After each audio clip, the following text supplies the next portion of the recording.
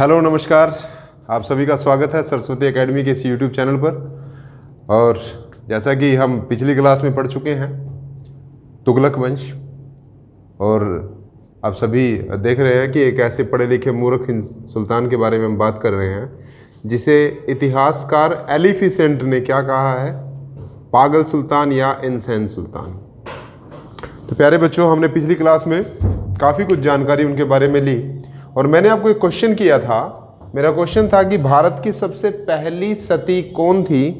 आप मुझे comment box में बताइए। तो काफ़ी सारे लोगों ने सही जवाब दिया, तो मैं उसका आज जवाब दे देता हूं कि भारत की पहली सती, भारत की प्रथम सती। देखिए, भारत की पहली सती का जो स्रोत हमें मिला है, जो सोर्स हमें मिला है, उस सोर्स का नाम है एरण अभिलेख। एरण अभिलेख। और ये एरण अभिलेख किसने लिखवाया? इसको लिखवाया गुप्त शासन के, गुप्त काल के ही भानुगुप्त ने। किसने? भानुगुप्त ने। तो इस एरण अभिलेख में बताया जाता है कि गुप्ता पीरियड में ही, यानी गुप्त काल में ही एक शासक हुए जिनका नाम था रामगुप्त। और रामगुप्त का सेनापति, रामगुप्त का एक सेनापति था जिसका नाम था गोपराज। गोपराज। और गोपराज की पत्नी, गोपराज की पत्नी, गोपराज की मृत्यु के पश्चात गोपराज की पत्नी भारत की प्रथम सती मानी जाती है।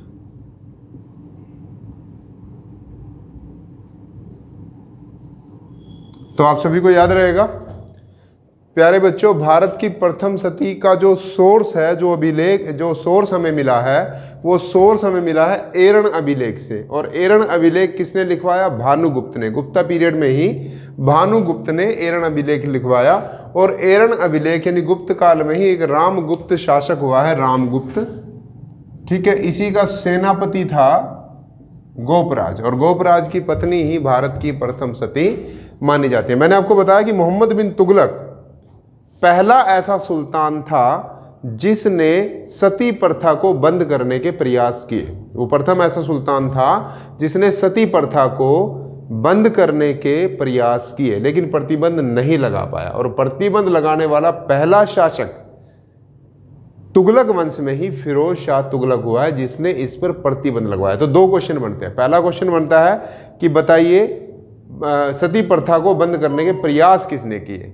तो प्रयास करने वाला पहला शासक था मोहम्मद बिन तुगलक, लेकिन पूरी तरह से प्रतिबंध लगाने वाला शासक कौन था? फिरोज शाह तुगलक, जो मोहम्मद बिन तुगलक का ही चचेरा भाई, अगला शासक तुगलक वंश में बनेगा। ठीक है, चलिए कंटिन्यू करते हैं आगे। ये मोहम्मद बिन तुगलक, MBT की बात हम कर रहे हैं यहाँ पर। और MBT के शासनकाल में जो सबसे महत्वपूर्ण घटना थी, जो सबसे महत्वपूर्ण घटना थी उसमें था कि इसी के शासनकाल में एक तो सबसे ज़्यादा रिवोल्ट हुए, यानी इसके शासनकाल में सबसे ज़्यादा विद्रोह हुए। और ये विद्रोहों की जो संख्या थी वो लगभग 34 से ज़्यादा थी, जो कि मोहम्मद बिन तुगलक के ही शासनकाल में सबसे ज़्यादा विद्रोह हुए हैं। और इसी के शासनकाल में दक्षिण में 2 राज्यों का भी उदय हुआ। क्वेश्चन पूछ सकते हैं कि बताइए सबसे ज्यादा विद्रोह किसके शासनकाल में हुए? सबसे ज्यादा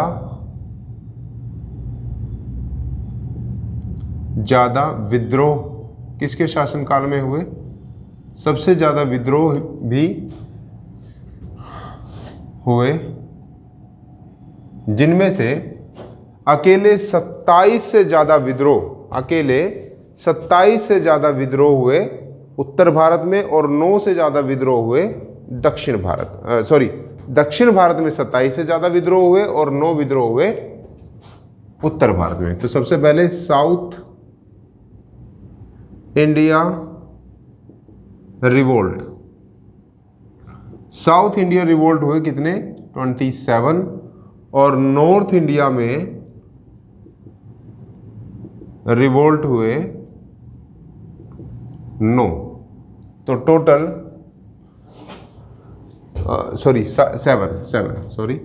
7 रिवोल्ट हुए। तो टोटल रिवोल्ट हुए 34 रिवोल्ट्स। 34 से ज्यादा विद्रोह हुए मोहम्मद बिन तुगलक के शासनकाल में। 34 विद्रोह हुए, जिनमें दक्षिण भारत में 27 विद्रोह और उत्तर भारत में 7 विद्रोह। एक और जो महत्वपूर्ण क्वेश्चन मैं आपको बता रहा था कि महत्वपूर्ण क्वेश्चन में यह है कि दक्षिण में 2 राज्यों का उदय हुआ। दक्षिण भारत में 2 राज्यों का उदय हुआ।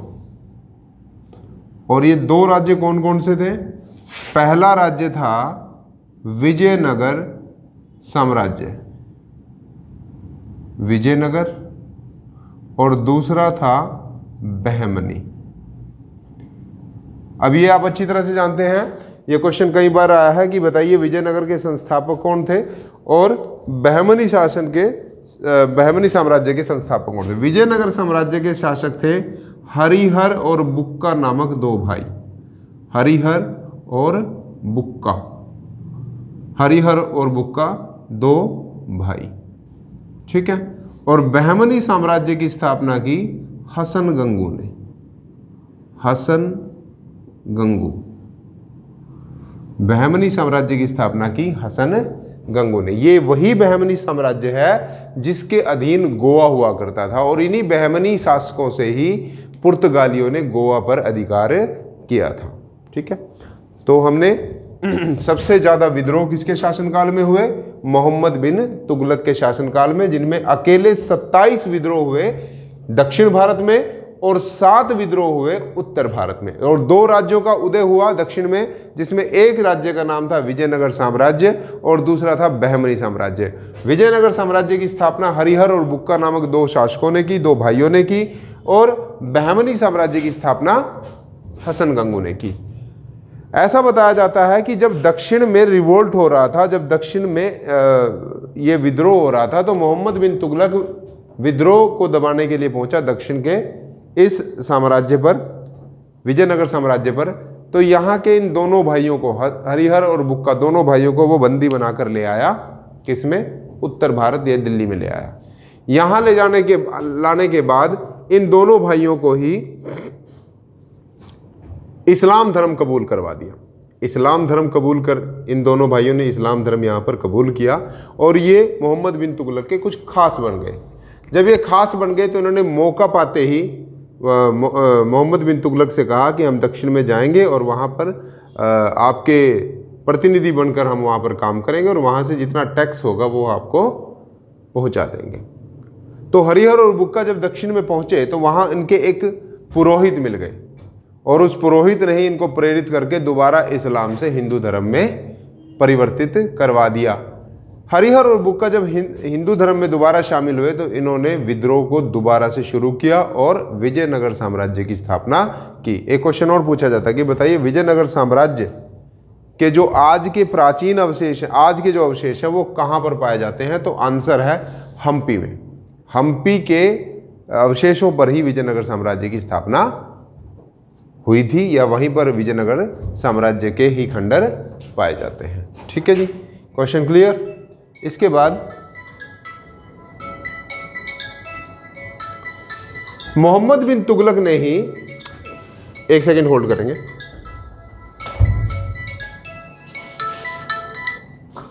हाँ जी सर, हेलो, हाँ जी गया था जी, मैं बोल रहा हूँ जिसको बनाएगा, बोला बना दूंगा जी।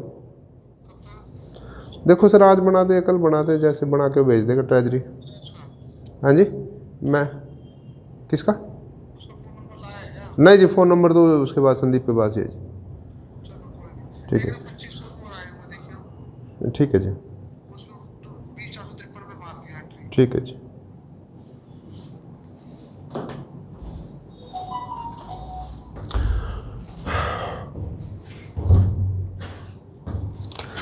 तो हम लोग दो साम्राज्यों की स्थापना हुई। इसके बाद अब दिल्ली सल्तनत पर बार बार मंगोलों के आक्रमण हो रहे थे। किसके आक्रमण हो रहे थे? मंगोलों के आक्रमण हो रहे थे। और इन मंगोल आक्रमणों से ही बचने के लिए मोहम्मद बिन तुगलक ने अपना पहला फरमान जारी किया कि अपनी राजधानी दिल्ली से दौलताबाद महाराष्ट्र में शिफ्ट करने का इसने एक फरमान जारी किया। लगातार मंगोल आक्रमण,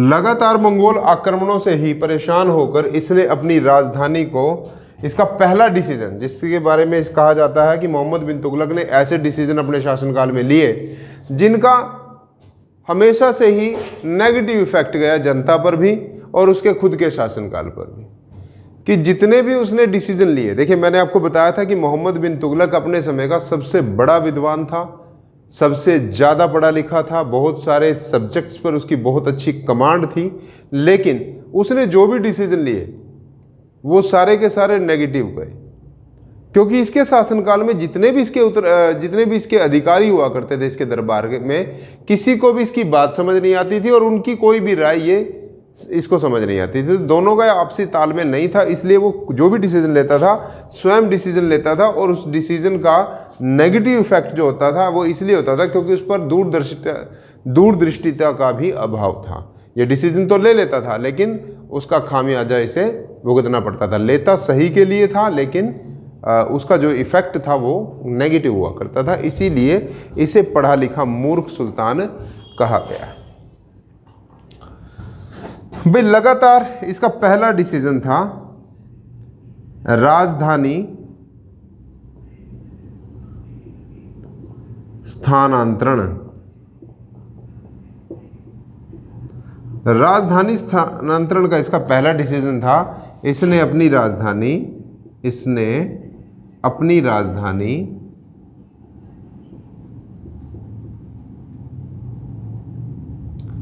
दिल्ली से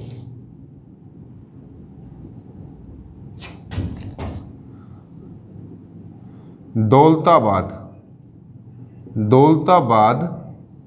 महाराष्ट्र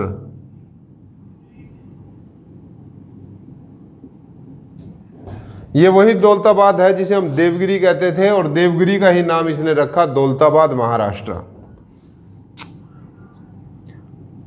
स्थानांतरित की।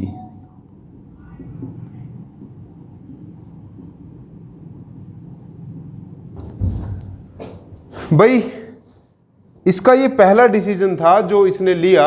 किससे परेशान होकर? मंगोल आक्रमणों से परेशान होकर इसने ये डिसीजन लिया कि भाई ये दिल्ली से अपनी राजधानी दौलताबाद शिफ्ट करेगा। इसके पीछे सबसे पहला कारण हम समझते हैं, सबसे पहला कारण था कि देखिए दक्षिण में जो पैसा था, जो दौलत थी वो ज़्यादा थी, तो इसके दिमाग में ये चीज़ थी कि जब मैं यहाँ से राजधानी को शिफ्ट कर लूँगा तो उत्तर भारत से जो मंगोल आक्रमण हो रहे थे वो दक्षिण में पहुंचने के लिए उसको बहुत टाइम लगेगा और उस टाइम को मैं अच्छे से यूज़ कर लूँगा ताकि हम उनका अच्छे से सामना कर सके। दूसरा, वहाँ पर रिवेन्यू ज़्यादा था क्योंकि व्यापार ज़्यादा होता था, इसलिए इसको वहाँ पर दौलतमंद लोग ज़्यादा थे, जिससे इसे अच्छे टैक्स की उम्मीद थी, अच्छे कर की उम्मीद थी, जिससे इसका जो शासन है, जो इसका खजाना है वो भरा पूरा रहे। इस बात को विचार में लेकर मोहम्मद बिन तुगलक ने अपनी राजधानी दिल्ली से दौलताबाद शिफ्ट की। लेकिन हुआ क्या? हुआ इसका बिल्कुल उलट, कि इसने क्या किया, पूरी दिल्ली की जनता में यह फरमान जारी कर दिया कि सभी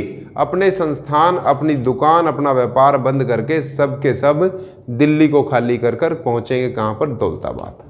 ठीक है, अगर केवल ये अपना शासन प्रशासन उठा कर ले जाता तब भी बात ठीक थी, लेकिन इसने क्या किया कि पूरी दिल्ली को ही खाली करा दिया और सभी को ले गया ये दौलताबाद। देखिए, दौलताबाद पहुंचने के लिए एक तो रास्ता बड़ा लंबा, ठीक है, और लंबा रास्ता होने की वजह से विषम परिस्थितियां, क्योंकि यहाँ पर सारा समतल था, उधर पहाड़ी एरिया भी था जहाँ पर पहुँचना बड़ा ही मुश्किल था। तो ऐसा करता है जब ये शिफ्ट हुए तो दिल्ली की जनता, काफ़ी सारे लोग तो रास्ते में वहाँ पहुँचने से पहले ही मर गए।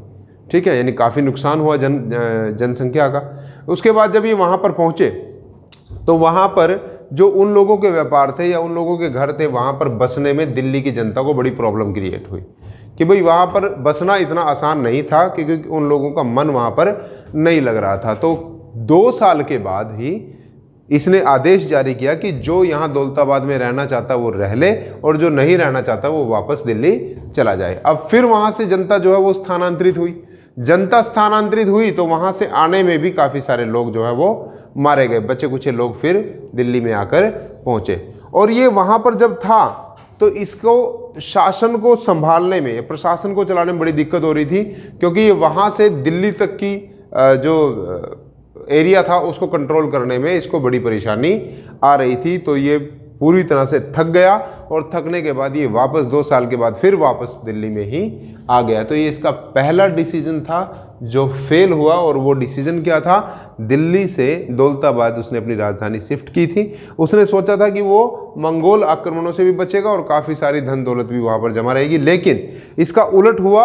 उलट क्यों हुआ? क्योंकि इसने दिल्ली की सारी जनता को ही शिफ्ट करने का फरमान जारी कर दिया। अगर ये केवल शासन प्रशासन को ही ले जाता तो शायद बात बन जाती, लेकिन वहाँ पर लोगों, दिल्ली की जनता का वहाँ पर मन नहीं लगा और 2 साल के बाद ही वो वापस वहाँ पर पहुँच गए। और वापस पहुँचने की वजह से जब ये वापस पहुँच गए तो ये डिसीजन, इसका इतिहासकार कहते हैं कि ये गलत डिसीजन था, जिसकी वजह से इसको खजाने में, जो इसका खजाना था उसमें भी भारी नुकसान हुआ और दिल्ली की जनता का भी भारी नुकसान हुआ। तो ये इसका पहला डिसीजन था जो फेल हुआ।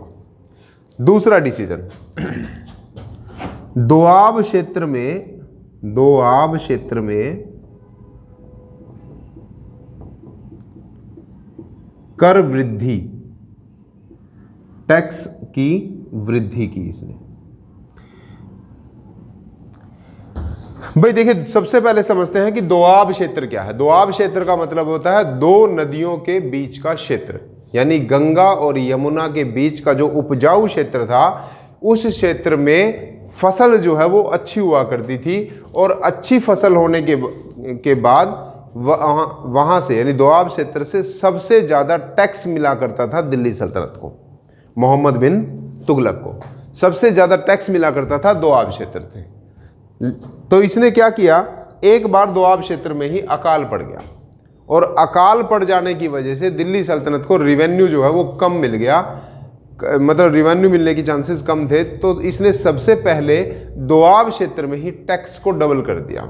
इसने कहा कि दोआब क्षेत्र में जो टैक्स है उसका डबल ही देना पड़ेगा। इस बात से दोआब क्षेत्र की जनता जो है वो मोहम्मद बिन तुगलक से नाराज हो गई। क्यों? क्योंकि एक तो इस क्षेत्र से पहले ही अच्छा टैक्स जाया करता था, दूसरा इस क्षेत्र पर पहली बार एक ऐसी प्रॉब्लम आई थी जिससे कृषि जो है वो प्रभावित हुई थी, क्योंकि अकाल पड़ गया था।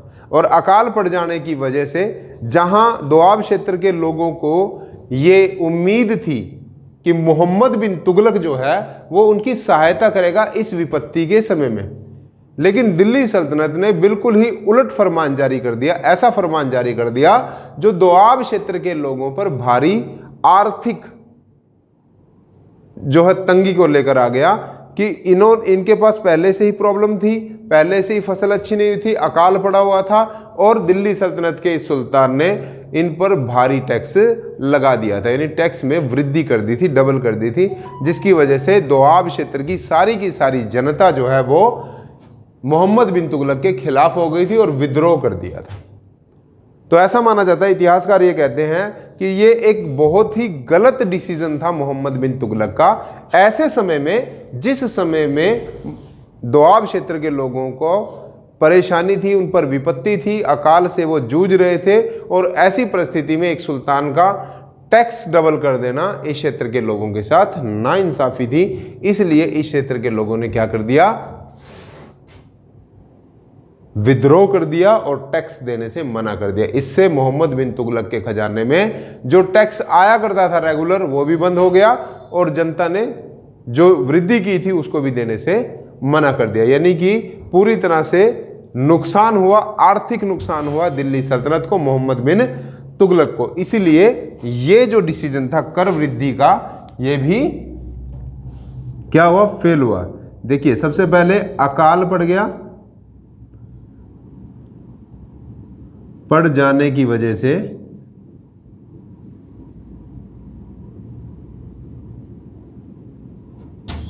कृषि या फसल कम हुई, जनता कर देने में असमर्थ थी,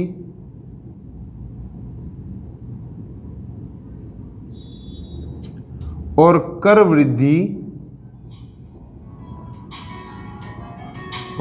वृद्धि के कारण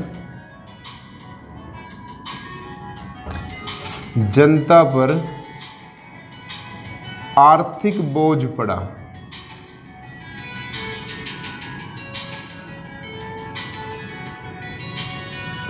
जनता ने विद्रोह कर दिया।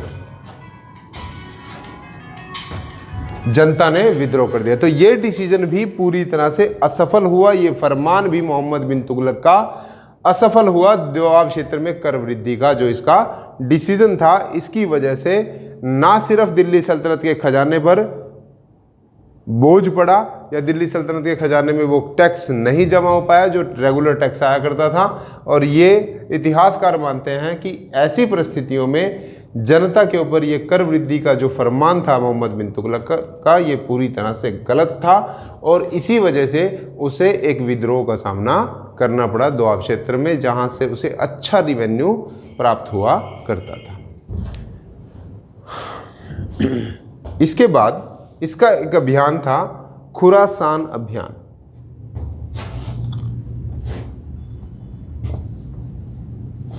इसका अगला जो अभियान था वो था खुरासान अभियान। खुरासान अभियान, भाई ये जो खुरासान है ये था अफगानिस्तान में एक जगह थी खुरासान।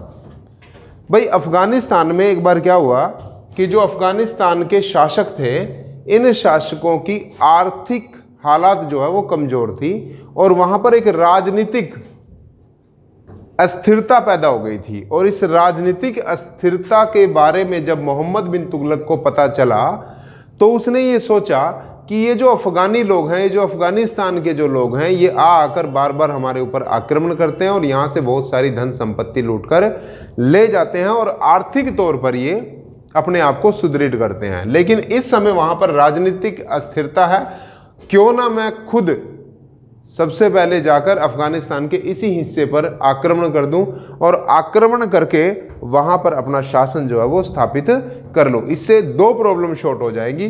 पहली ये कि अफगानिस्तान में उसका शासन स्थापित हो जाएगा, अफगानिस्तान से लेकर पूरे हिंदुस्तान पर, और दूसरा वहां से कोई भी आक्रमणकारी आकर दिल्ली पर आक्रमण नहीं करेगा। ठीक है जी, एक बड़ा अच्छा डिसीजन लिया कि भाई मैं खुरासान पर सबसे पहले जाकर आक्रमण कर दूं। खुरासान कहां पर है?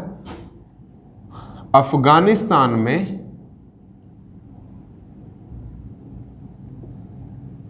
राजनीतिक अस्थिरता का लाभ उठाकर वहां शासन स्थापित करना।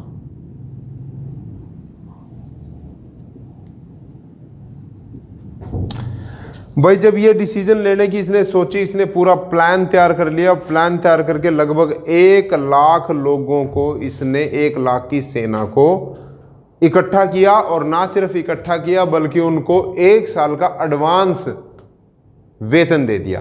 1 साल का नकद वेतन उनको दे दिया, एडवांस में दे दिया कि भाई हमें किसी भी समय खुरासान के लिए अभियान पर निकलना पड़ सकता है, इसलिए उसे एक अच्छी सेना की आवश्यकता थी। तो 1 लाख की सेना इसने इकट्ठी कर ली। 1 लाख की सेना इकट्ठी कर ली, उनको नगद वेतन दे दिया, और उनकी पूरी व्यवस्था जो है वो दिल्ली में कर दी गई। ठीक है, लेकिन जैसे जैसे ये तैयारी कर रहा था, इसको लगभग 6 महीने बीत गए तैयारी करते हुए, और इतने में क्या हुआ कि खुरासान में राजनीतिक अस्थिरता खत्म हो गई, और वहां पर शासन जो है अफगानियों का ही शासन दोबारा से मजबूती से अफगानिस्तान में खड़ा हो गया, जिसकी वजह से क्या हुआ कि इसका बहुत बड़ा नुकसान हो गया, एक आर्थिक मंदी आ गई क्योंकि खजाना खाली हो चुका था जनता सेना को नकद वेतन देने की वजह से और खुरासान अभियान की तैयारी करने की वजह से मोहम्मद बिन तुगलक का जो आर्थिक नुकसान था वो ज़्यादा बढ़ गया था। तो इसने क्या किया, वहाँ पर शासन स्थापित करना था, इसके लिए 1 लाख की सेना तैयार की और 1 साल का वेतन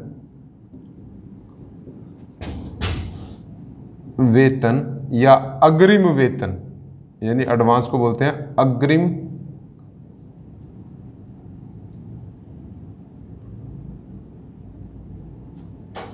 अग्रिम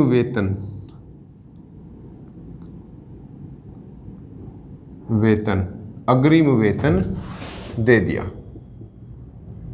और इससे क्या हुआ, आर्थिक मंदी आ गई।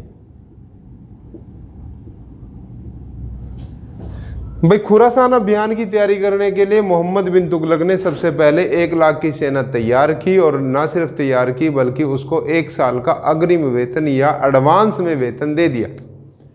अग्रिम वेतन देने की वजह से इसके खजाने पर भारी आर्थिक मंदी आ गई, इसका खजाना जो खाली हो गया और जिस चीज़ के लिए इसने ये एडवांस वेतन दिया था, सेना तैयार की थी, जिस लालच के लिए या यूं कह दें कि अपने शासन को स्थापित करने के लिए और ज़्यादा रिवेन्यू प्राप्त करने के लिए इसने अफगानिस्तान पर ही अपना शासन स्थापित करने के लिए जो तैयारी की थी, वहाँ पर राजनीतिक अस्थिरता ना सिर्फ समाप्त होगी बल्कि वहाँ पर एक मजबूत शासन स्थापित हो गया और इसका पूरा का पूरा खामियाजा किसको, मोहम्मद बिन तुगलक को उठाना पड़ा और खुरासान अभियान असफल हो गया।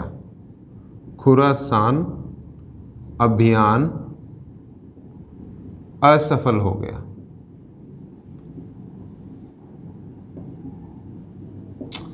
भैया इसका तीसरा डिसीजन था जो असफल हुआ। इस तीसरे डिसीजन में ये पूरी तरह से असफल हो गया। अभी तक के 2 डिसीजन जो इसने लिए थे, जो पहला डिसीजन था राजधानी स्थानांतरण का, उसका भी नेगेटिव या यूं कह लें उसका भी एक गलत संदेश गया पूरी जनता में, और दोआब क्षेत्र में भी जो इसने टैक्स वृद्धि का जो डिसीजन लिया था, टैक्स वृद्धि का जो फरमान लागू किया था, वो भी पूरी तरह से क्या हुआ, असफल हो गया। और अगर हम तीसरे अभियान की बात करें, खुरासान अभियान की, तो इस अभियान को इसने बड़े अच्छे के लिए कोशिश की थी कि मैं अफगानिस्तान में भी अपना शासन स्थापित कर लूँ ताकि वहाँ से होने वाले आक्रमणों को भी रोक सकूं, और इसके लिए इसने अच्छी तैयारी की। 1 लाख की सेना तैयार की, लेकिन और सेना को अग्रिम वेतन भी दे दिया, लेकिन इतने ही टाइम में अफगानिस्तान में जो है राजनीतिक अस्थिरता खत्म हो गई और वहाँ पर शासन स्थापित हो गया। इस वजह से इसको आर्थिक नुकसान उठाना पड़ा। इसका अगला जो डिसीजन था, आप सभी अच्छी तरह से जानते हैं, इसका अगला डिसीजन था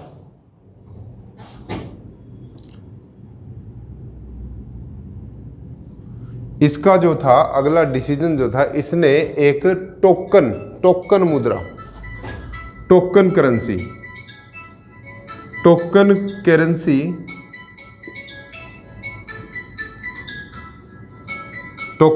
कह सकते हैं, या इसको हम कह सकते हैं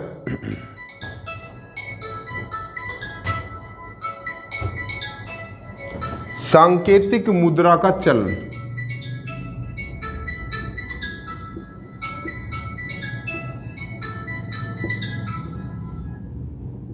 मुद्रा का प्रचलन, सांकेतिक मुद्रा का प्रचलन या टोकन करेंसी का इसने एक डिसीजन लिया।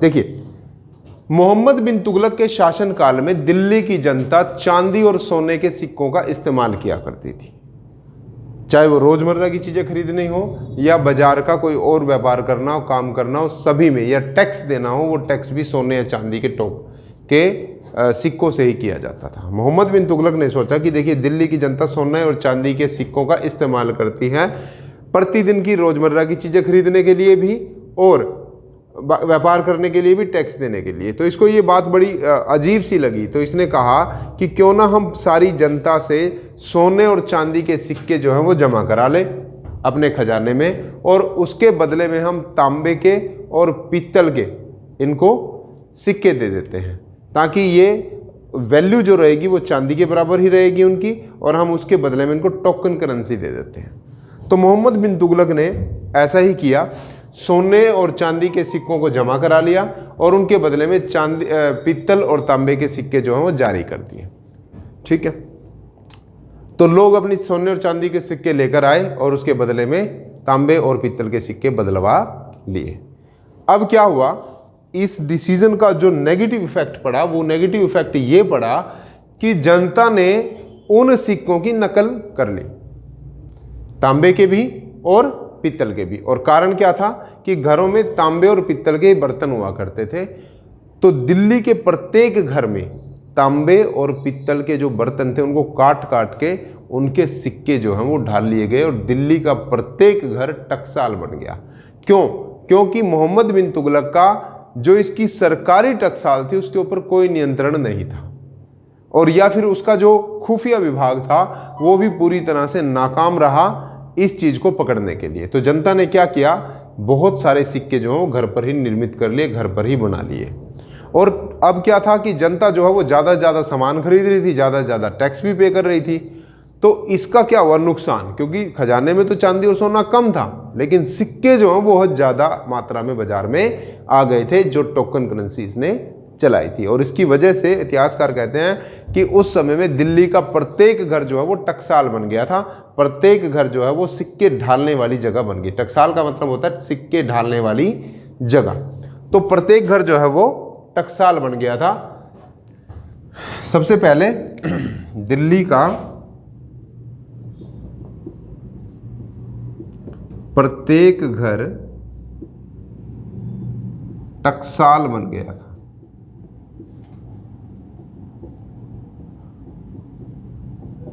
रॉ मटेरियल बाहर से लाने की आवश्यकता नहीं थी, क्योंकि तांबे और पित्तल के बर्तन जो हुआ करते थे, और उन्हीं तांबे और पित्तल के बर्तनों को ही काटकर या उनको पिघलाकर ही सिक्के ढालने शुरू कर दिए थे। और बाजार में ज़्यादा से ज़्यादा मात्रा में तांबे और पित्तल के ये टोकन करेंसी जो है वो ज़्यादा मात्रा में आ गई थी बाजार में, जिससे क्या हुआ कि बाजार को भी आर्थिक नुकसान हुआ और शासन को भी या सुल्तान के खजाने को भी भारी नुकसान उठाना पड़ा। भाई यहाँ तक तो ठीक था।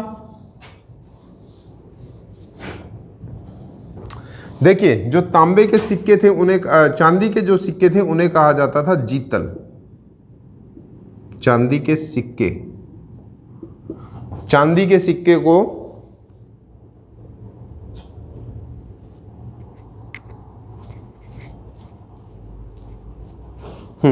जो चांदी के सिक्के थे उनको कहा जाता था टंका या टका। ठीक है, और तांबे के सिक्के को कहा जाता था जीतल।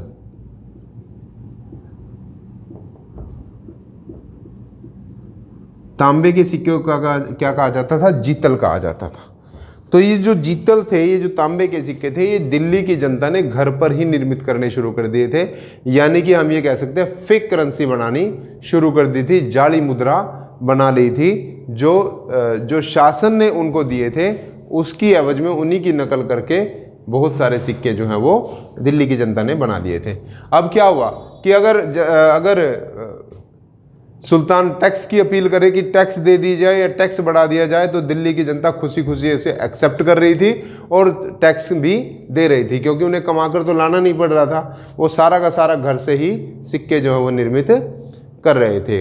इसका नुकसान, आर्थिक नुकसान हुआ, क्योंकि जब इसे पता चला कि दिल्ली की जनता जाली करेंसी बना रही है, तो इसने अपना ये फरमान वापस लिया और एक संदेश भिजवाया जनता में कि आप सभी जीतल, जितने भी तांबे और पित्तल के सिक्के हैं वो सरकारी खजाने में जमा करा दें और अपना चांदी और सोना ले जाएं।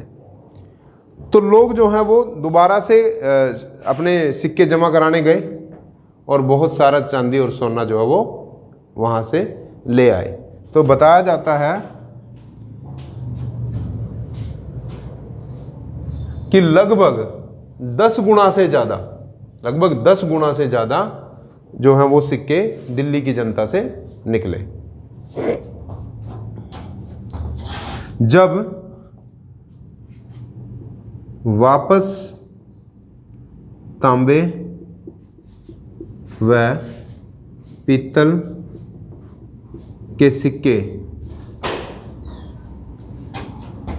खजाने में जमा करवाए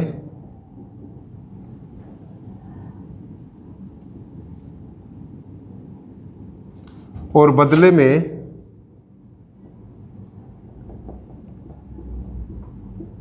चांदी व सोना देना पड़ा तो खजाना खाली हो गया। भाई खजाना खाली होना ही था, क्योंकि जनता को जितने सिक्के इशू किए थे उससे 10 गुना ज़्यादा सिक्के आ गए थे, जिसकी वजह से खजाना जो खाली हो गया, क्योंकि वापसी करना था चांदी और सोना। और ये बहुत बड़ा आर्थिक नुकसान हुआ दिल्ली सल्तनत में, आर्थिक नुकसान बहुत ज़्यादा हुआ दिल्ली सल्तनत में मोहम्मद बिन तुगलक का। तो इसका ये जो फरमान था टोकन करेंसी का, इस सांकेतिक मुद्रा का जो चलन था, ये नुकसानदायक रहा दिल्ली सल्तनत के लिए। जैसे डीमोनेटाइजेशन इंडिया के लिए, डीमोनेटाइजेशन में जितने की कयास हमने लगाया था काले धन की, वो कुछ भी नहीं प्राप्त हुआ, और जितना मार्केट में था पैसा वो वापस आ गया था। इसलिए कहीं से भी कोई धांधली की खबर नहीं आई। लेकिन यहाँ पर क्या हुआ, डीमोनेटाइजेशन का फ़ायदा उठाया लोगों ने और अपनी ही मुद्रा जो है वो तैयार कर ली, जिससे कि दिल्ली सल्तनत में मोहम्मद बिन तुगलक का आर्थिक नुकसान हुआ। तो अभी तक जितने भी इसने डिसीजन लिए उनसे आर्थिक नुकसान ज़्यादा हुआ, जिसकी वजह से शासन प्रशासन जो है वो पूरी तरह से कमज़ोर हो गया।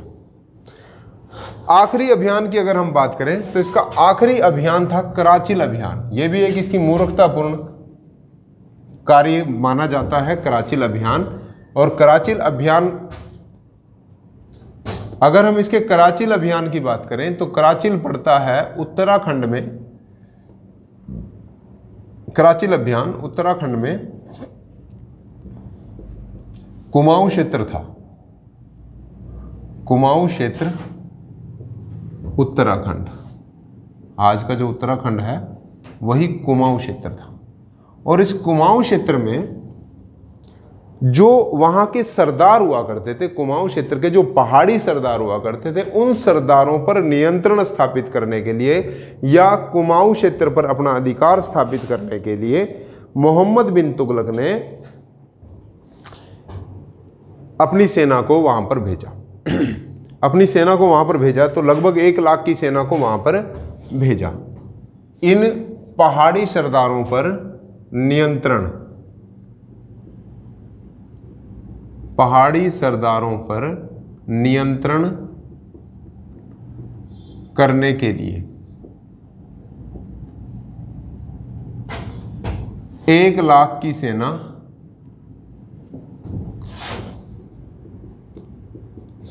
भेजी।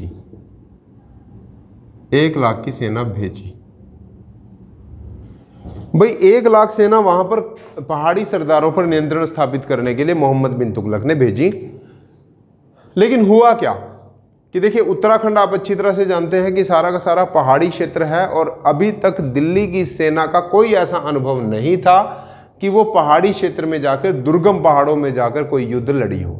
अभी तक वो सिर्फ समतल क्षेत्र पर ही लड़ाई कर रही थी और मौसम से भी पूरी तरह से जानकार थी उत्तर भारत के।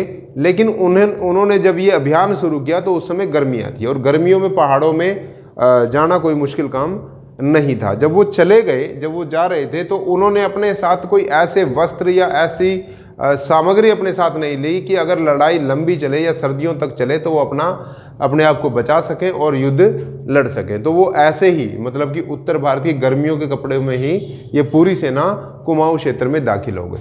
लेकिन कुमाऊं क्षेत्र के जो पहाड़ी सरदार थे वो गोरिल्ला युद्ध प्रणाली से युद्ध लड़ रहे थे, और ये जो सेना थी ये जंगल के रास्तों से भी अनभिज्ञ थी। तो बताया जाता है कि ये जंगल में ही भटक गई, काफ़ी सारी सेना जंगल में भटक गई, रास्ता इन्हें नहीं मिला और धीरे धीरे सर्दियों का मौसम शुरू हो गया और बहुत अत्यधिक सर्दियों की वजह से ही लगभग सारी सेना ही वहाँ पर सर्दियों में ही मारी गई और सर्दी की वजह से सारी सेना मारी गई।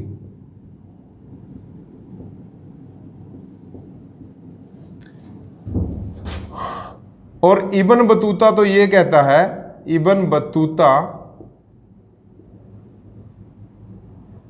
बतूता ने कहा कि केवल 10 आर्मी अफसर, केवल 10 सैन्य अफसर ही वापस आए थे।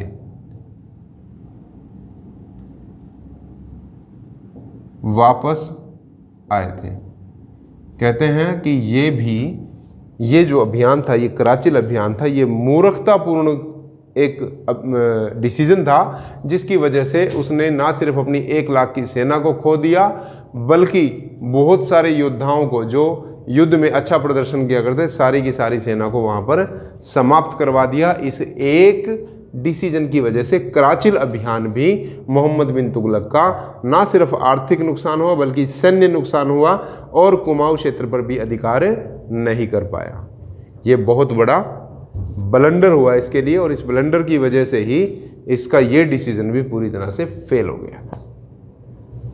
तो प्यारे बच्चों, हमने 5 अभियानों के बारे में जो फेमस है इतिहास में, मोहम्मद बिन तुगलक के 5 ऐसे फरमान जो पूरी तरह से विफल हुए और इसी वजह से इसको पढ़ा लिखा मूर्ख कहा गया है।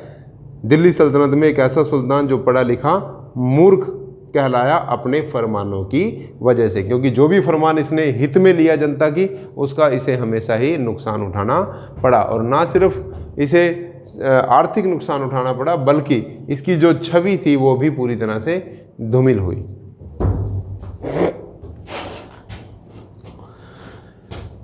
तो इसके बाद अगर हम इसकी मृत्यु हुई 1351 में।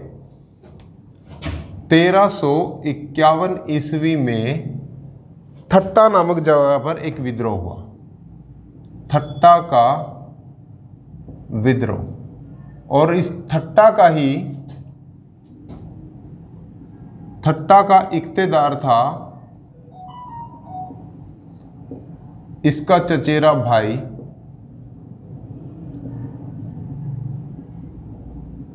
फिरोज शाह तुगलक। फिरोज शाह भाई, इसका चचेरा भाई फिरोज शाह था। यहां पर विद्रोह भड़क गया और इस विद्रोह को दबाने के लिए ही मोहम्मद बिन तुगलक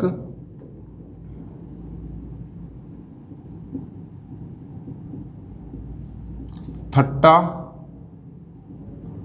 पहुंचा और यहीं पर बीमारी के कारण 1351 ईस्वी में इसकी मृत्यु हो गई।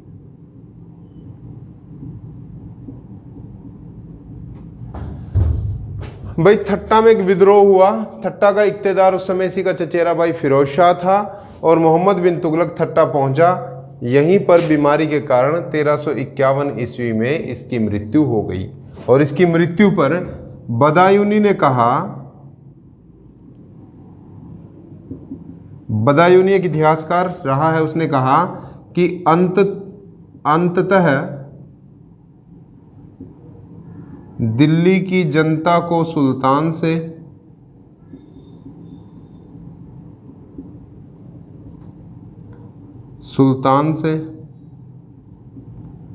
और सुल्तान को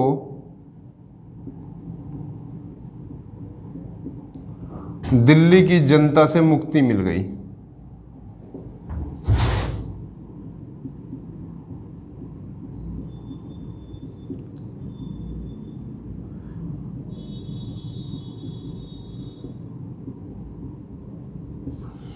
भाई दिल्ली की जनता परेशान हो चुकी थी एक ऐसे शासक से, एक ऐसे सुल्तान से जो बार बार डिसीजन लेता था और ऐसे डिसीजन लेता था जिनका नेगेटिव प्रभाव पड़ता था, आर्थिक नुकसान उठाना पड़ता था दिल्ली की जनता को भी, और दिल्ली की जनता परेशान थी उसके डिसीजन से, उसके फरमान की वजह से। इसीलिए बदायूनी ने कहा कि अंततः दिल्ली की जनता को सुल्तान से और सुल्तान को दिल्ली की जनता से मुक्ति मिल गई।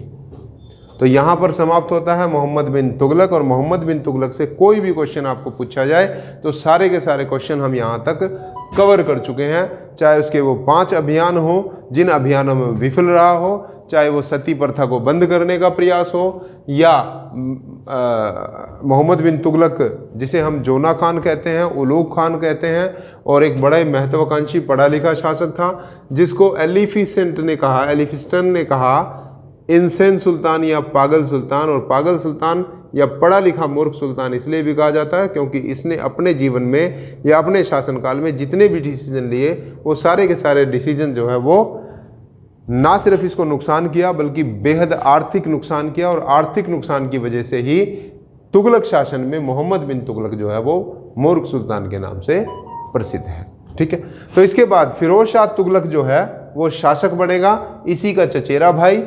ठीक है, अगला सुल्तान दिल्ली सल्तनत का जिसे हम जानेंगे फिरोज शाह तुगलक के नाम से। तो यहां तक आपको कवर हो गया, यहां तक आप देख लीजिए, इसकी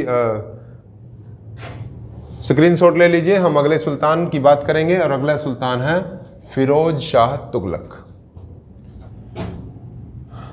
फिरोज शाह तुगलक। और फिरोज शाह तुगलक का शासनकाल 1351 से 1388 ईस्वी तक।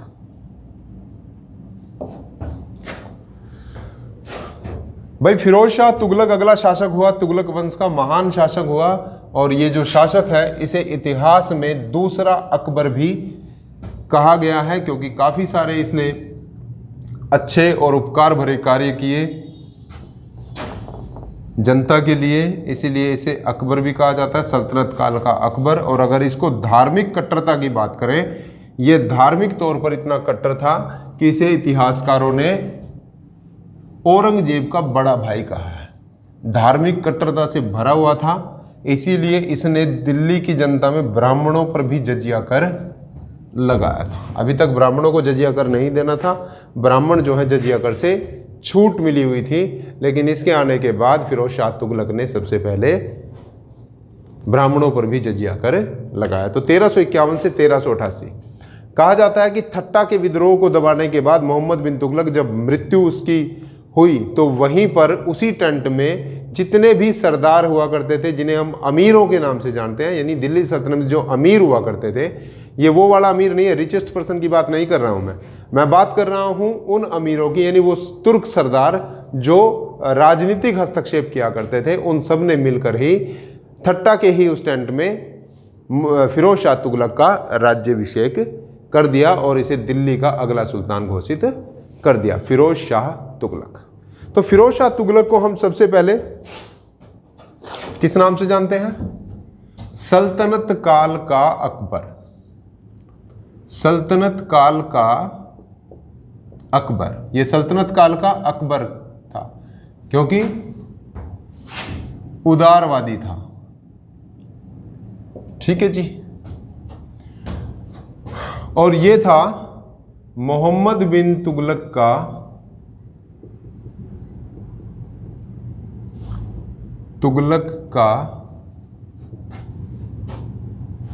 चचेरा भाई,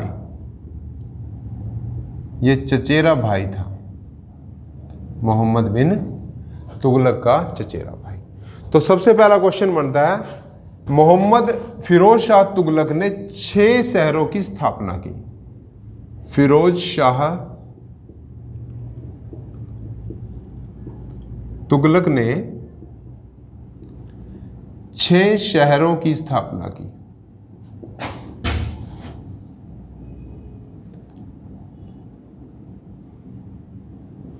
भाई सबसे पहला ही शहर इसने बसाया हिसार। और ये जो हिसार है भाई, हरियाणा में क्वेश्चन पूछा जाता है कि हिसार की स्थापना किसने की थी, तो हिसार की स्थापना की थी तुगलक वंश के ही शासक फिरोज शाह तुगलक ने हिसार की स्थापना की थी। और अगर आपसे पूछा जाए कि बताइए हरियाणा के ही इस हिसार शहर को प्राचीन में क्या कहा जाता था, तो इसका प्राचीन नाम था फिरोजा।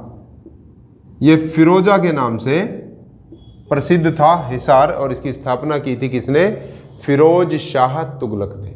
ठीक है, अगला शहर था फतेहाबाद। फतेहाबाद, जो फतेहाबाद शहर था इसकी स्थापना इसने अपने पुत्र फतेह सिंह के नाम, फतेह खान के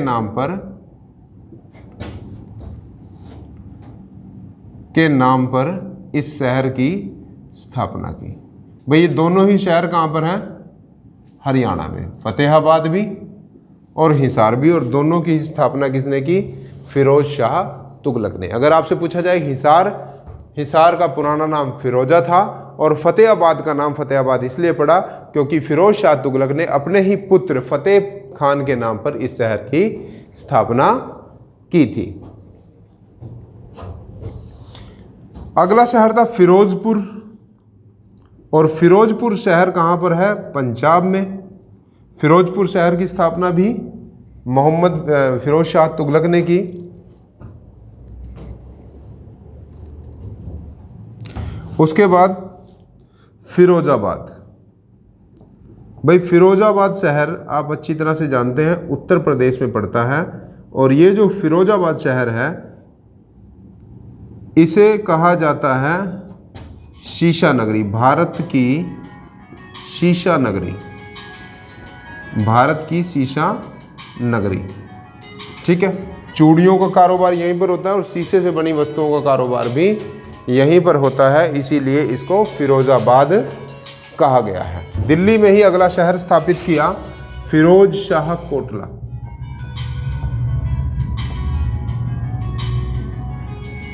फिरोज शाह कोटला, फिरोज शाह कोटला शहर की स्थापना फिरोज शाह तुगलक ने की दिल्ली में।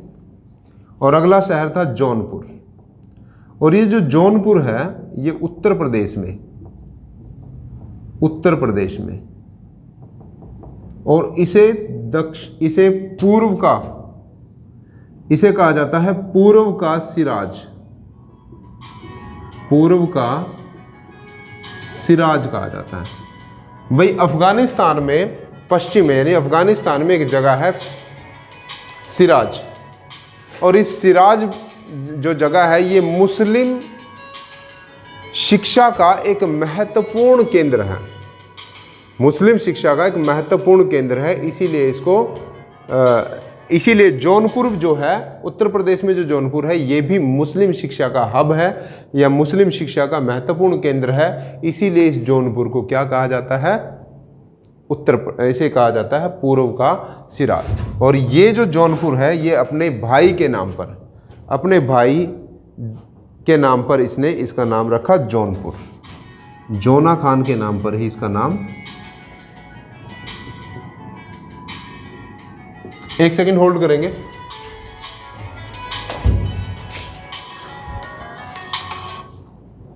हेलो, ठीक ठाक जी।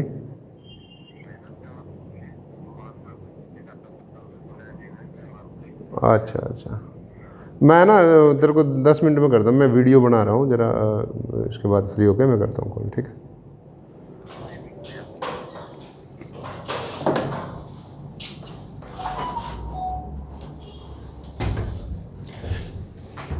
तो जौनपुर जो था वो कंटिन्यू रहेगी ना।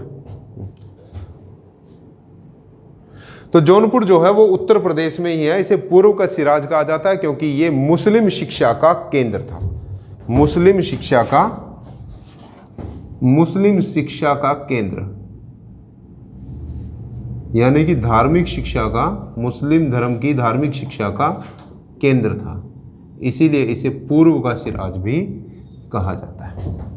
ठीक है, तो फिरोज शाह तुगलक ने 6 शहरों की स्थापना की। आप इसको अच्छी तरह से याद कर सकते हैं। सबसे पहला ही शहर उसने हिसार की स्थापना की, जिसे फिरोजा कहा गया। दूसरा शहर फतेहाबाद, ये भी हरियाणा में है। इसने अपने पुत्र फतेह खान के नाम पर इस शहर का नाम रखा। फिरोजपुर पंजाब, पंजाब में फिरोजपुर नामक जगह या फिरोजपुर नामक शहर की स्थापना की इसने पंजाब में।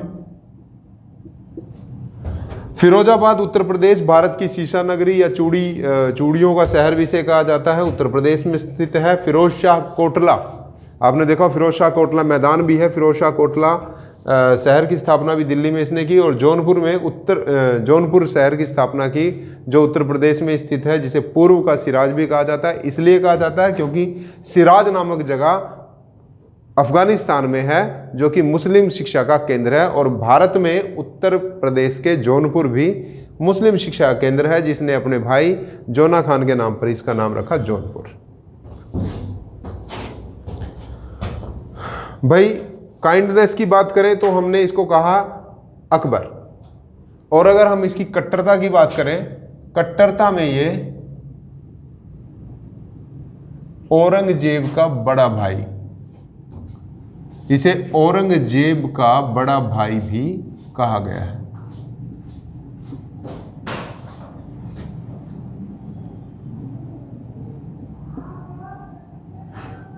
भाई औरंगजेब का बड़ा भाई इसे कट्टरता में कहा गया। और अगर उपकार की बात करें या जनता के साथ प्रेम की बात करें तो इसे सल्तनत काल का अकबर भी कहा गया है। फिरोज शाह तुगलक, और कट्टरता इसलिए कहा गया, इसने ब्राह्मणों पर जजिया कर लगाया। जजिया कर लगाया। ये जो जजिया है, जजिया का मतलब होता है धार्मिक यात्रा के लिए का टैक्स, जो किसको देना पड़ता था? गैर मुस्लिमों को।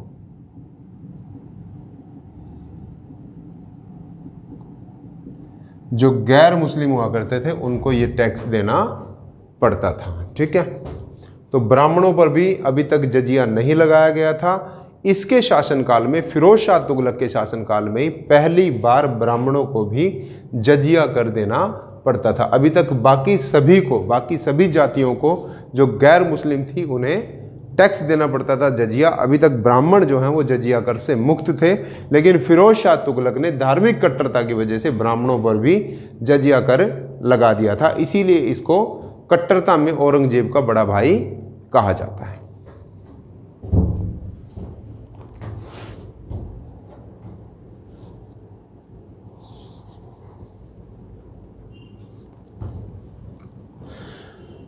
इसी के साथ साथ इसने ब्राह्मणों पर जजिया कर लगाया, जगन्नाथपुरी के मंदिर को नष्ट करवाया। जगन्नाथ मंदिर पुरी, उड़ीसा को नष्ट करवाया। भाई क्वेश्चन आ सकता है कि बताइए जगन्नाथपुरी मंदिर को नष्ट करवाने वाला शासक कौन था? तो दिल्ली सल्तनत में जगन्नाथपुरी के मंदिर को नष्ट करवाने वाला शासक फिरोज शाह तुगलक था, जो तुगलक डायनेस्टी का ही तीसरा शासक था, फिरोज शाह तुगलक। इसके बाद इसने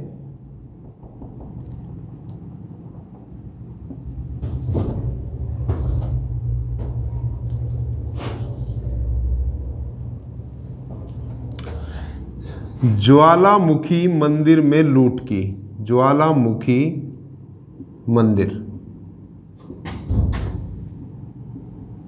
लूट की। और ये ज्वालामुखी मंदिर है कांगड़ा, हिमाचल प्रदेश।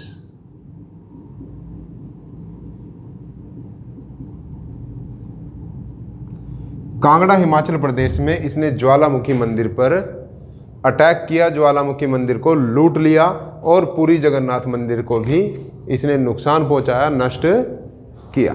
ठीक है, इसके साथ अगर हम इसकी बात करें इसके अच्छे कार्यों की, यहाँ तक तो हम बात कर रहे थे इसकी कट्टरता की, और हम बात करते हैं अभी इसने जनता के लिए क्या किया। इसने जनता के लिए सबसे पहले दवाखाना, जिसे हम चिकित्सालय कहते हैं या हॉस्पिटल कहते हैं, तो दिल्ली सल्तनत में इसने दारुल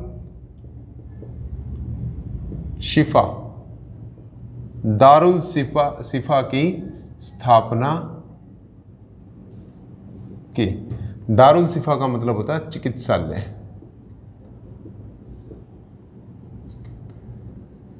चिकित्सालय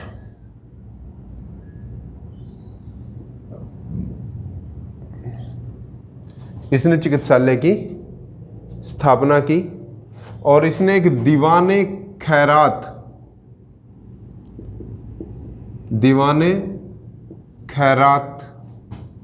विभाग की स्थापना की। दीवाने खैरात नामक यानी कि एक आर्थिक विभाग, आर्थिक मदद का विभाग, यानी कि दिल्ली में जिस व्यक्ति को अपने परिवार में आर्थिक मदद चाहिए थी, चाहे वो बेटी की शादी करनी हो या कोई और कार्य करना हो, और उसके पास अगर पैसा नहीं है तो वो दीवाने खैरात से जाकर आर्थिक मदद प्राप्त कर सकता था। अगर हम चिकित्सालय की बात करें तो दारुल शिफा नामक एक चिकित्सालय की स्थापना की, जिसमें कोई भी व्यक्ति जाकर फ्री में अपना इलाज करवा सकता था। उस समय जो फ्री में इलाज हुआ करता था वो दारुल शिफा में हुआ करता था। इसके बाद इसने एक काम और किया जो पूछा जाता है कि दिल्ली सल्तनत में एक बार बिजली गिरने की वजह से कुतुब मीनार की 5वीं मंजिल को नुकसान हुआ।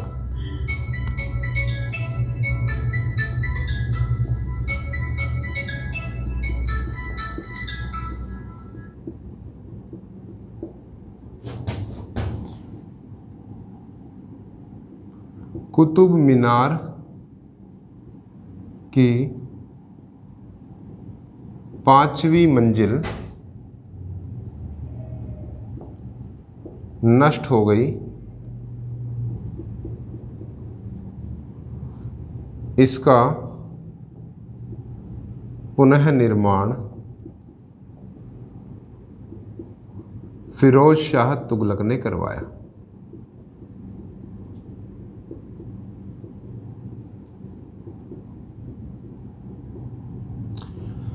भाई आज का जो कुतुब मीनार हम देखते हैं, आज की जो मंजिल हम देखते हैं, उसकी 5 मंजिल जो है, उसकी 5वीं मंजिल का निर्माण फिरोज शाह तुगलक ने करवाया। तो कुतुब मीनार एक ऐसा परिसर है, कुतुब मीनार एक ऐसी मीनार है जिसमें काफ़ी सारे लोगों ने हिस्सेदारी ली। और इनमें अगर हम बात करें, सबसे पहले कुतुब मीनार की जो नींव थी वो रखवाई थी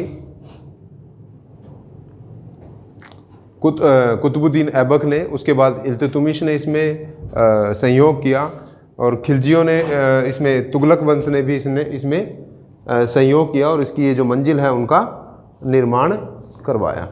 ठीक है, और ये करवाया कब था? 1369 ईस्वी में। कब करवाया था? 1369 में। ठीक है जी। इसके बाद इसने 2 स्तंभ दिल्ली स्थानांतरित करवाए, शिफ्ट करवाए, स्थानांतरित या शिफ्ट करवाए।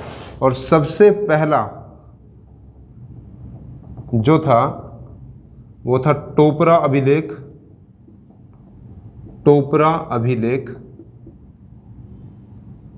और दूसरा था, एक था टोपरा अभिलेख और दूसरा अभिलेख था मेरठ स्तंभ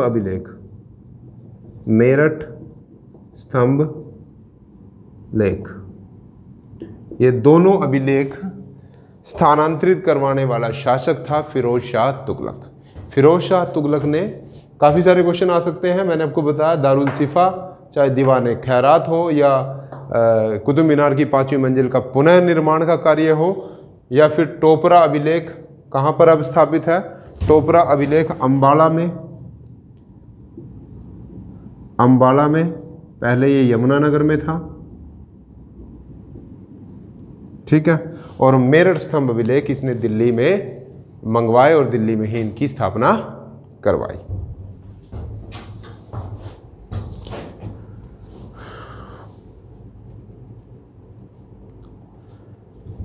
भाई फिरोज शाह तुगलक ने जनता पर अलग अलग तरह के टैक्स लगवाए। उन टैक्सों की हम बात कर लेते हैं कि उन टैक्सों को उस समय क्या कहा जाता था।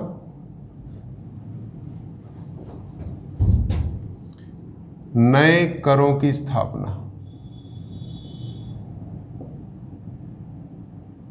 भाई नए टैक्स लगवाए इसने, कौन कौन से लगवाए? अगर हम नंबर 1 की बात करें तो इसने लगवाया जजिया, नंबर 2 जकात, नंबर 3 खमस। जजिया, जकात, खमस और खराज।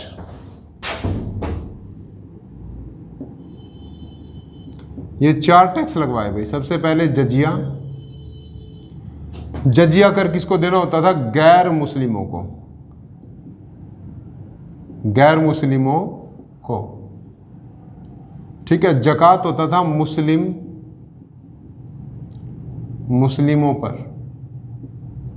खमस होता था युद्ध में लूटा हुआ माल, जो युद्ध में माल लूट कर लाया करते थे,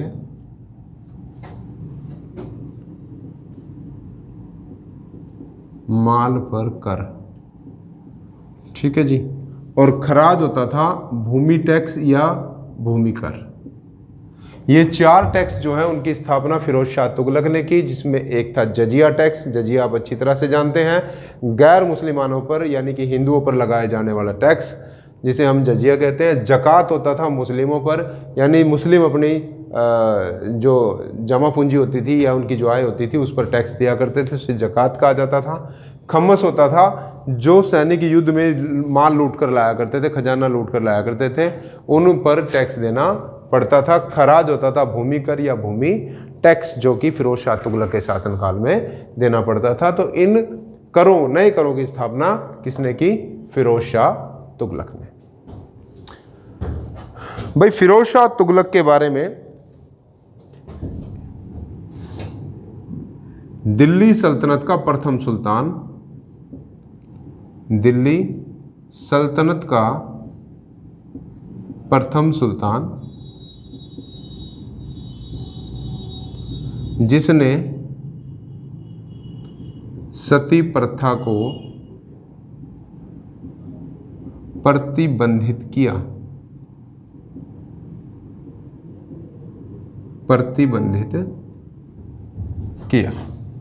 ठीक है।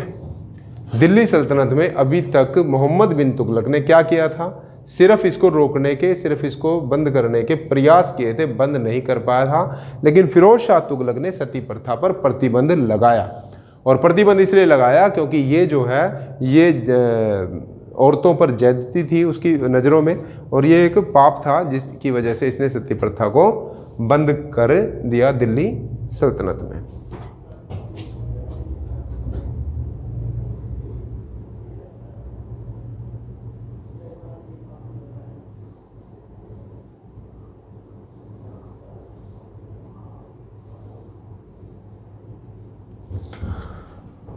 भाई बर्नी ने इसकी ऑटोबायोग्राफी लिखी है, तारीख़ फिरोज शाही,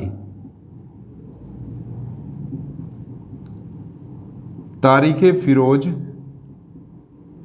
शाही, ठीक है। और फिरोज शाह ने खुद लिखी है, एक बुक लिखी है फतूहात ए फिरोज शाही, फतूहात ए फिरोज शाही। ये 2 पुस्तक है भाई। जियाउद्दीन बर्नी ने लिखी है तारीख़ फिरोज शाही, और फिरोज शाह ने लिखी है फतूहत ए फिरोज शाही। भाई इसके बाद अगला सुल्तान हुआ 1388 से 1394 और 1394 से 1414 का शासनकाल। और इस शासनकाल में अयोग्य अधिकारी, अयोग्य शासक आए और जिनमें अंतिम शासक की अगर हम बात करें तो अंतिम शासक था जिसका नाम था नसीरुद्दीन महमूद। और नसीरुद्दीन महमूद 1300, भाई अगला जो अंतिम शासक था, अंतिम शासक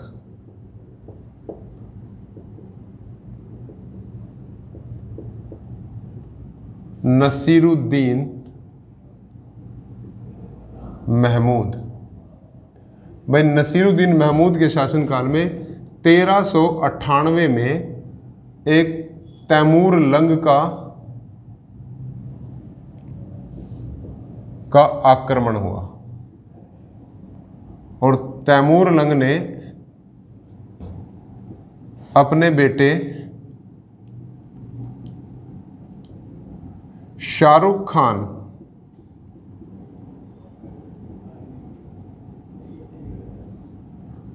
को दिल्ली का शासन सौंपा। और नसीरुद्दीन महमूद जो है वो प्रतिनिधि बनकर शासन किया उसने, और दिल्ली से जितना भी टैक्स हुआ करता था उसका एक हिस्सा शाहरुख खान को जाया करता था, क्योंकि नसीरुद्दीन महमूद जो है वो कमज़ोर शासक था। और ये जो तैमूर था ये समरकंद का शासक था। भाई ये तैमूर जो था वो समरकंद का शासक था, और ये वही समरकंद है जहां पर अकबर के पिता जो है वो शासन करते थे। ठीक है, तो शाहरुख खान को ये टैक्स दिया करता था नसीरुद्दीन महमूद, और इसी नसीरुद्दीन महमूद का एक वजीर था, एक प्रधानमंत्री था जिसका नाम था खिज्जर खां। ठीक है, खिज्जर खां वजीर था, खिज्जर खां।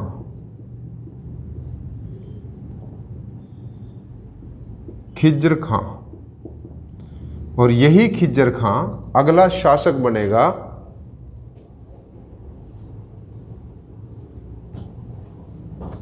भाई। यही जो खिज्जर खां है यही शिया शासक, शिया शासक, पहला शिया वंश होगा ये। भाई अभी तक पूरी दिल्ली सल्तनत में सुन्नियों का शासन था, और खिज्जर खां पहला शिया शासक था जो सैयद वंश की स्थापना करेगा, सैयद वंश का संस्थापक। ठीक है, नसीरुद्दीन महमूद कमजोर था और उसी का वजीर था खिज्जर खां जो पहला शिया वंश की स्थापना करेगा। अभी तक सुन्नी, आप जानते हैं मुस्लिमों में शिया और सुन्नी दो शाखाएं हैं, और इन शाखाओं में अभी तक जो जितने भी तुर्की लोग थे वो सारे के सारे सुन्नी थे। ये पहला ऐसा शासक बनेगा खिज्जर खां जो सैयद वंश की स्थापना करेगा और दिल्ली सल्तनत का पहला शिया शासक होगा। तो हम अगली क्लास में पढ़ेंगे सैयद वंश, और सैयद वंश के बाद हम पढ़ेंगे लोधी वंश, और इसके बाद हमारी दिल्ली सल्तनत जो है समाप्त होगी। तो अगली वीडियो में हम देखेंगे सैयद वंश। तो इसी के साथ आप हमारी वीडियो को देखते रहिए, और आपका इतना ज़्यादा प्यार हमें मिल रहा है, 50,000 से ज़्यादा हमारे व्यूज़ हो चुके हैं। Thank you very much. Videos को लाइक करिए, कमेंट करिए और शेयर कीजिए, और यहाँ से जो कमियाँ रह जाते हैं किसी कंटेंट में हमें आप कमेंट के ज़रिए बताइए ताकि हम उसको कमी को पूरा कर सकें। धन्यवाद आप सभी का, थैंक यू।